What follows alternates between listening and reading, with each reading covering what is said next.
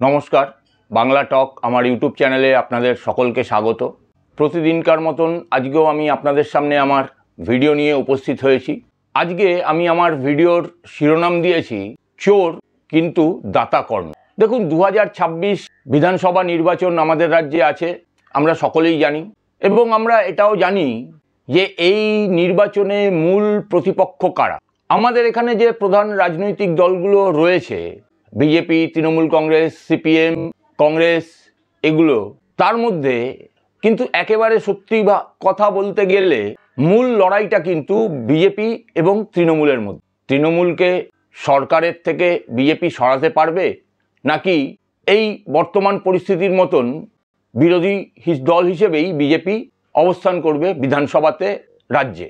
বাকি কংগ্রেস এবং সিপিএম তাদের কথা নিয়ে আমাদের রাজ্যের মানুষ বিশেষভাবে চিন্তাভাবনা করে বলে আমার মনে হয় না। ওই সিপিএম এবং কংগ্রেসের অবস্থাটা এখন এরকম দাঁড়িয়েছে, ওই ছোটোবেলায় আমরা যখন পাড়াতে বিকেলবেলাতে স্কুল থেকে আসার পরে ওই চোর পুলিশ, কুমিরডাঙ্গা ইত্যাদি খেলতাম, তখন পাড়ার কিছু বাচ্চারা আমাদের থেকে যারা আরও ছোট, তারাও আমাদের সঙ্গে খেলতে চাইতো। আমরা নিতাম, কিন্তু তাদেরকে বলে রাখতাম এরা হচ্ছে আব্বুলিশ, অর্থাৎ এরা খেলবে কিন্তু এরা আউট হবে না, বা এদেরকে কখনো চোর হতে হবে না, এরা লোকাবে, আমাদের সঙ্গে থাকবে, ঘুরবে, খেলবে, আনন্দ করবে, ইত্যাদি করবে। সিপিএম কংগ্রেসের অবস্থাও ঠিক সেরকম। এরা নির্বাচনে আছে, কিন্তু এদের ভূমিকা সেরকমভাবে কিছু নেই যেটাতে সরকারকে করবে, কারা বিরোধী পক্ষে দাঁড়াবে সেটাকে নির্ধারিত করতে পারে। কিন্তু এর মধ্যে আমি এটা কেন বললাম যে চোর কিন্তু দাতা কর্ণ? বলার কারণ, এই যে আমাদের শাসক দল দীর্ঘ 15 বছর ধরে যেভাবে রাজ্যটাকে পরিচালনা করছে, তাতে তাদের কর্মকাণ্ড দেখে আমার যেটা মনে হয় যে এই এত রকম দুর্নীতি করেও একটা সরকার বুক বাজিয়ে কথা বলতে পারে, বিভিন্ন রকম জাতীয় ইস্যু নিয়ে নাক গলায়, এ কল্পনার বাইরে। দেখুন, একদিক থেকে দেখতে গেলে আমাদের রাজ্য প্রায় দেউলিয়া, পরের পর ঋণ নিয়ে চলেছে। এই সামান্য দুদিন আগেও প্রায় 3,500 কোটি টাকার একটা ঋণ বাজার থেকে তুলেছে। ফলে ঋণ নিয়েই এই সরকার কিন্তু দিন গুজরান করছে। আমরা এই 15 বছরে দুর্নীতি তো কম দেখিনি। সারদা, নারদা, গরু, বালি, কয়লা, তারও আগে সবার প্রথম কলকাতা পৌরসভার ত্রিফলা লাইট লাগানো নিয়ে দুর্নীতি। কিন্তু তারপরেও বর্তমানে যে দুর্নীতিগুলোকে নিয়ে, অপকর্মগুলোকে নিয়ে সবথেকে বেশি নাড়াচাড়া হচ্ছে, কথা হচ্ছে, এবং প্রতিদিন হয় সুপ্রিম কোর্টে, না হলে হাইকোর্টে যেরকমভাবে এই সরকার কানমোলা খাচ্ছে, তাদের দুগালে চর পড়ছে, আইনের থাপ্পড় পড়ছে, তারপরেও এরকম বুক বাজিয়ে রাস্তায় ঘোরা একমাত্র দোকান কাটা চোর, তাদের পক্ষেই সম্ভব। আর এরাই দেখুন, বুক বাজিয়ে যেমন রাস্তায় ঘুরছে, ঠিক সেরকমই এই চুরি করার বিরুদ্ধে একটা কাউন্টার ন্যারেটিভ তৈরি করতে চাইছে। দেখুন, এতদিন যে দুর্নীতিগুলো হয়েছিল, সারদা বলুন, নারদা বলুন, ত্রিফলা বলুন, কয়লা বলুন, গরু বলুন, বালি বলুন, পাথর বলুন, যা যা হয়েছে সেই সমস্ত দুর্নীতিগুলো ঠেকানো গেছে। কোনো রকমভাবে সেগুলোকে ধামাচাপা দিয়ে যে কোনো রকম বন্দোবস্তের মাধ্যমে একে ধরে তাকে ধরে আটকানো গেছে। কিন্তু বর্তমানে এই শিক্ষা দুর্নীতি, সরকারি কর্মচারীদের ডিএ আন্দোলন, ওবিসি ঘোটালা, এইগুলোকে নিয়ে কিন্তু সরকার বেশ প্যাচে পড়েছে, এবং তার সাথে সাথে শাসক দল, তার তারাও কিন্তু প্যাচে পড়েছে।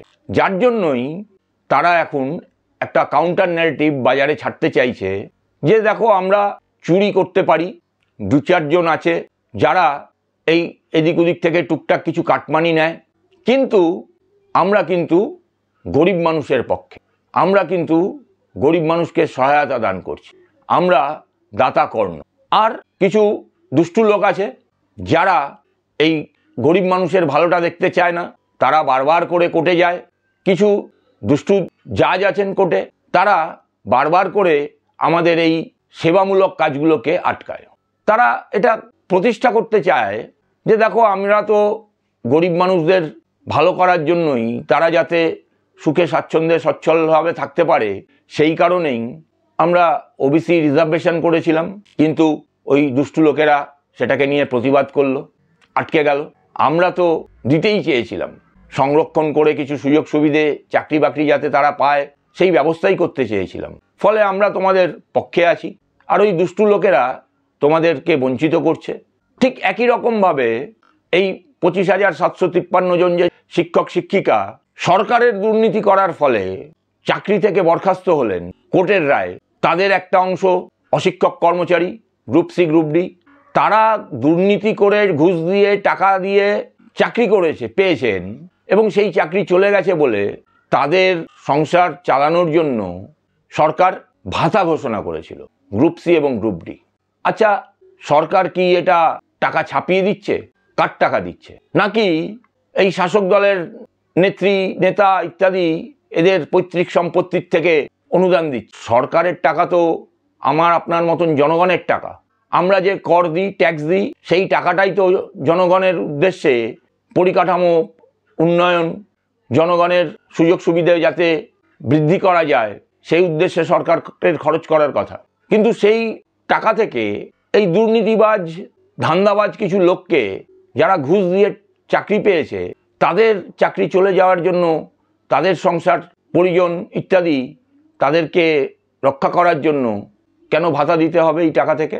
আচ্ছা, যদি তাই হয় তাহলে বাদবাকি যারা পরীক্ষার্থী ছিলেন, যে সমস্ত শিক্ষকরা প্রমাণিত হয়নি যে তারা দুর্নীতি করেছেন বা অযোগ্য, তাদের চাকরিটা চলে গেছে, তাদেরকে তাহলে কেন ভাতা দিচ্ছেন না? ওই যে বললাম, একটা ন্যারেটিভ তৈরি করা, মানবিকতার ন্যারেটিভ।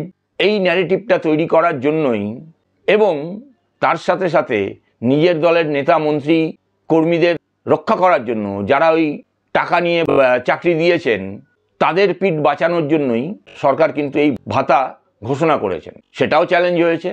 এই দেখলাম গত 2-3 দিন আগে কলকাতা হাইকোর্টে জাস্টিস অমৃতা সিনহা অন্তর্বর্তী আদেশ দিয়েছেন যে 26শে সেপ্টেম্বরের আগে এই ভাতা দেওয়া যাবে না। পরবর্তী শুনানিতে এই নিয়ে সরকারকে হলফনামা জমা দিতে হবে, কেন এই ভাতা দেওয়ার প্রয়োজন, এই ধরনের ভাতা আগে কোথায় কোথায় দেওয়া হয়েছে ইত্যাদি এবং ইত্যাদি। তারপরে শুনানি পর্ব শেষ হলে ভাতা দেওয়া হবে কি হবে না সেই রায় আসবে। এই রকমভাবে বিভিন্ন জায়গায় তারা একটা ন্যারেটিভ তৈরি করতে চাইছে। এই যে সুপ্রিম কোর্ট আদেশ দিলেন যে নতুন করে পরীক্ষা নিতে হবে, 2016 সালের যে সমস্ত শিক্ষক শিক্ষিকা চাকরি হারালেন তাদের সুযোগ দেওয়া হবে, যারা অযোগ্য প্রমাণিত হননি তারাই এই পরীক্ষায় বসতে পারবে।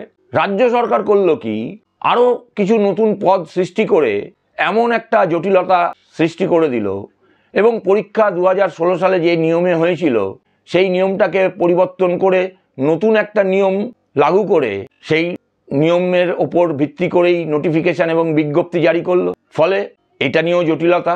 এছাড়াও প্রাথমিকের শিক্ষা দুর্নীতির যে মামলা, সেই মামলা এখনো চলছে, খুব শিগগিরই তার ফল আসবে। এই সামগ্রিকভাবে যদি বিষয়গুলো দেখি আমরা, তাহলে বুঝতে পারবো এবারের নির্বাচনে শাসক দলের ন্যারেটিভ যেটা হতে চলেছে সেটা হচ্ছে আমরা চুরি করতে পারি, আমরা দুর্নীতিগ্রস্ত হতে পারি, কিন্তু আমরা দাতা কর্ণ, আমরা গরিব মানুষের পক্ষে, আমরা গরিব মানুষের ভালোর জন্য তাদের সুযোগ সুবিধা দেওয়া, তাদের উপকার করা, এই কারণেই আমরা এই কাজগুলো করি। আর এই ন্যারেটিভটা যেখান থেকে চলে আসছে উৎপত্তিস্থল, সেই নেত্রী আপনারা সকলেই জানেন, আমি আর তার নাম নিচ্ছি না। দিনকাল তো ভালো নয়। ওই আপনারা দেখেছেন সুদূর ইংল্যান্ডের লিভারপুলে কর্মরত একজন চিকিৎসক, তিনি ওই কেলগে একটা জমজমাট নাটক হয়েছিল, সেই নাটকে গিয়ে আমাদের কলকাতার আরজি করের ডাক্তার কন্যা তার এই নৃশংস হত্যা পরিণতির ওপর তিনি প্রশ্ন করেছিলেন এবং তিনি কলকাতায় আসার পরে তাকে কলকাতা পুলিশ হেনস্থা করার জন্য উঠে পড়ে লেগেছে। চিন্তা করুন, কবে তিনি নীলরতন সরকার হসপিটাল থেকে MBBS পাশ করে সুদূর ইংল্যান্ডে গিয়ে চিকিৎসা করেছেন, যার সঙ্গে কলকাতার চিকিৎসা ব্যবস্থা, ভারতের চিকিৎসা ব্যবস্থা কোনো সম্পর্কই নেই, যিনি 1 সেকেন্ডের জন্য এদেশে চিকিৎসা করেননি, তার সার্টিফিকেট কেন রেজিস্ট্রেশন করানো হয়নি ইন্ডিয়ান মেডিকেল কাউন্সিলে, সেই নিয়ে তাকে শোকজ করা হয়েছে, তাকে চিঠি দেওয়া হয়েছে তার বিরুদ্ধে ব্যবস্থা নেওয়া হচ্ছে। এটা কি এমনি এমনি হচ্ছে? একেবারেই না। ওই কেলগে আমাদের এখানকার মাননীয়া যখন গেছিলেন, তাকে প্রশ্নের মুখে ফেলে দিয়েছিলেন তিনি। ফলে সেই প্রশ্ন করার প্রতিদানে তাকে কিন্তু কলকাতা পুলিশ এবং ওই ইন্ডিয়ান মেডিকেল কাউন্সিলের মাধ্যমে তিনি যখন এদেশে তার নিজের বাড়িতে এসছেন, তাকে হেনস্থা করার বন্দোবস্ত করা হয়েছে।